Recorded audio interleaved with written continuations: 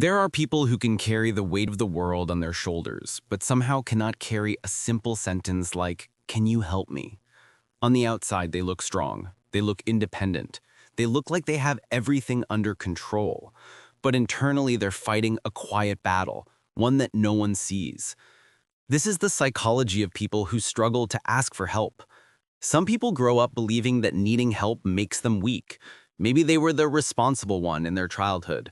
Maybe they had parents who leaned on them instead of supporting them. Maybe every time they needed something, the answer was disappointment. So eventually, they learned the safest option was to do everything themselves. This becomes hyper-independence, a coping mechanism disguised as strength.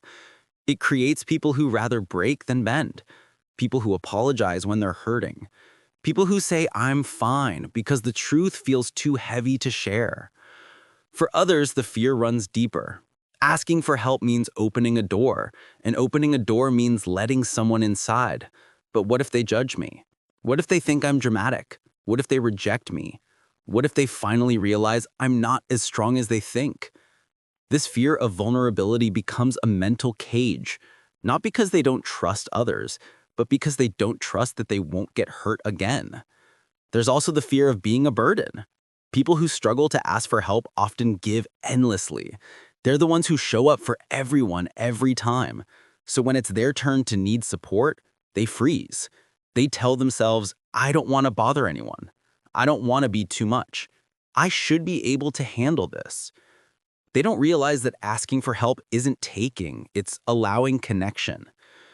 The truth is, nobody gets through life alone. Human beings are wired for support. We grow through relationships, not isolation.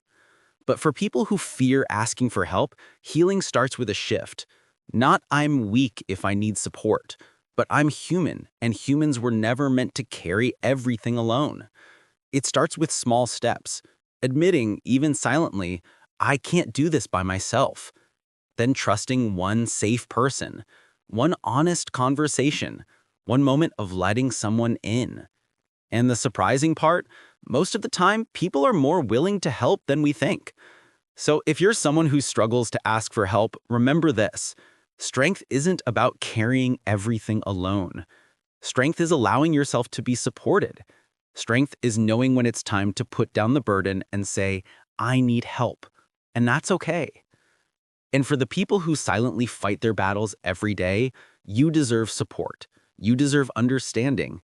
And you deserve a life where you don't have to hold everything in your own hands.